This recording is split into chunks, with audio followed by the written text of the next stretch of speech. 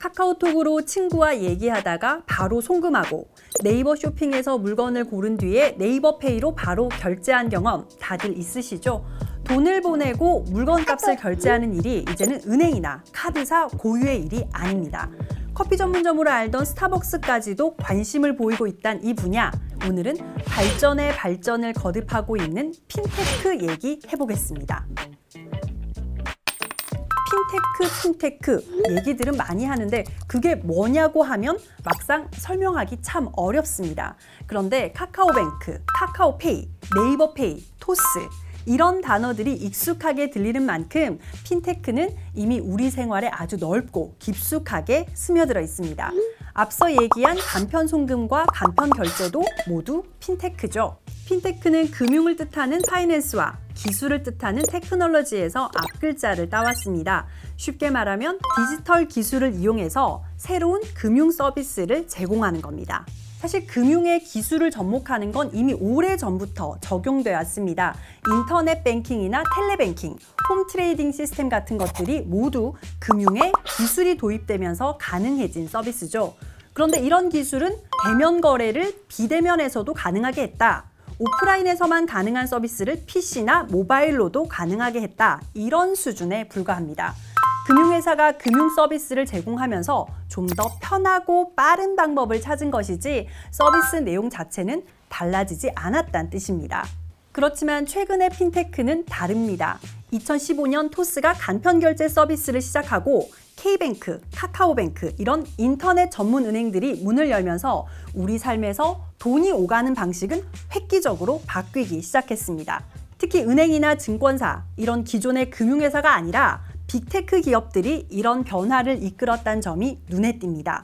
카카오뱅크를 예로 들어 보겠습니다. 보안을 위해서, 내 돈을 지키기 위해서 번거롭더라도 꼭 필요하다고 생각했던 공인인증서, 보안카드, 각종 보안 프로그램 이런 걸 다 없앴죠. 카카오톡 앱과 연동하면서 계좌 개설도 간편하고 빠르게 할 수 있겠습니다. 애초에 인터넷 전문 은행이니까 일 처리를 위해서 은행을 찾아가는 번거로움 이런 건 있을 수도 없었습니다. 결국 카카오뱅크는 현재 우리나라 국민 4명 중 1명이 사용하는 모바일 뱅킹이 됐고 모바일 앱 사용자 수로는 기존의 시중은행을 압도하고 있습니다. 그런데 카카오뱅크는 카카오 핀테크 사업의 극히 일부일 뿐입니다. 계좌를 몰라도 카카오톡 안에서 돈을 바로 보낼 수 있고 카카오톡 안에서 선물을 사서 대화를 주고받던 친구에게 바로 보낼 수 있다. 지금은 많은 사람들이 너무 간편하게 사용하고 있는 기능이지만 기존 금융회사의 서비스만 생각한다면 불가능한 것들이 모두 카카오 안에서 이루어지고 있죠. 카카오뱅크는 다음 달 상장을 앞두고 있습니다. 희망 공모가를 기준으로 카카오뱅크의 시가총액은 15조 원에서 많게는 18조 원에 이를 것으로 예상됩니다. 이게 어느 정도인지 사실 잘 가늠되지 않죠.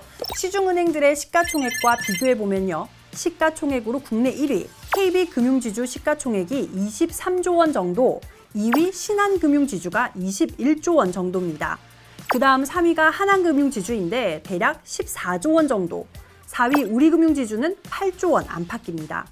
카카오뱅크는 상장과 동시에 하나금융을 밀어내고 시가총액 3위에 오르게 되는 거죠.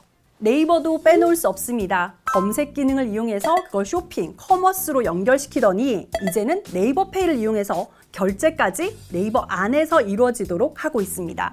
사실 네이버는 이미 무시무시할 정도로 많은 양의 고객 데이터를 확보하고 있습니다. 이 사람이 쇼핑을 하면서 한 달에 돈을 얼마나 쓰고 주로 어떤 곳에다 쓰는지 자료가 고스란히 남아 있습니다. 뿐만 아니죠. 미용실 예약, 여행 갈 때 숙소 예약도 네이버에서 했다면 어떤 곳에서 머리를 하고 여행은 주로 어떤 때, 어디로 다니는지까지도 모두 다 데이터로 남아 있을 겁니다. 네이버에서 웹툰을 보고 영화도 봤다면 그런 정보까지도요. 이런 정보들은 금융회사들도 너무나 가지고 싶은 정보였지만 그동안 얻을 수 없었기 때문에 가질 수 없던 것들이었습니다. 이런 정보는 그냥 단순히 자산 규모나 부채로만 평가하는 신용정보에 비해서 훨씬 더 실질적이고 정확할 수 있기 때문입니다. 네이버를 비롯한 많은 커머스 기업들은 고객들의 소비 능력이 어느 정도 되는지 알짜 정보를 가지고 있는 셈인데요. 그래서 커머스에서 이루어지는 결제뿐만 아니라 다양한 분야로 사업 확장이 가능하다고 예상하고 핀테크에 적극적으로 뛰어들고 있습니다. 카카오, 네이버 이런 기업들은 어쩌면 핀테크 얘기하면서 언급될 거라고 예상할 수 있는 기업들일 겁니다. 그런데 의외의 기업도 있는데요. 바로 스타벅스입니다. 스타벅스 모바일 결제 앱은 애플페이와 함께 미국에서 가장 많이 사용하는 모바일 결제 서비스입니다. 앱을 통해서 주문하면 주문받는 인력을 줄일 수 있으니까 표면적으로는 인건비를 절약하는 차원에서 앱 주문을 유도하는 걸로 보일 수 있지만 사실 이것은 모바일 결제, 핀테크로의 사업 확장을 위한 발판이 됐습니다. 커피를 사기 위해서 고객들이 스타벅스에 충전해둔 돈은 전 세계적으로 2조 원이 넘는데요. 간편 송금 업체들이나 중소형 시중은행들이 보유한 현금보다 많은 규모입니다. 무료 샷 추가, 생일 쿠폰 이런 게 공짜가 아니었던 거죠. 고객들을 위한 서비스라기보다는 은행에 돈을 저축하면 이자를 받는 것처럼 스타벅스에서는 추가 샷을 받았다고 보는 게 합리적일 겁니다. 이 정도면 스타벅스가 커피 전문 기업인지 금융 기업인지 헷갈릴 정도인데요.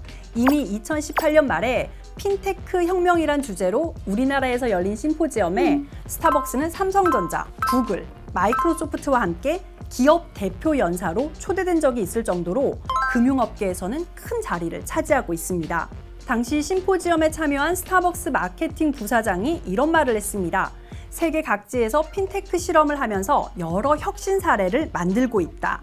핀테크 분야에서 빅테크 기업이 기존의 금융회사들을 넘어서고 커피 전문 기업도 혁신을 이루고 있다면 다음엔 또 어떤 변화가 일어날까요? 지금까지 스낵처럼 가볍지만 끊을 수 없는 이야기 스낵 인포였습니다.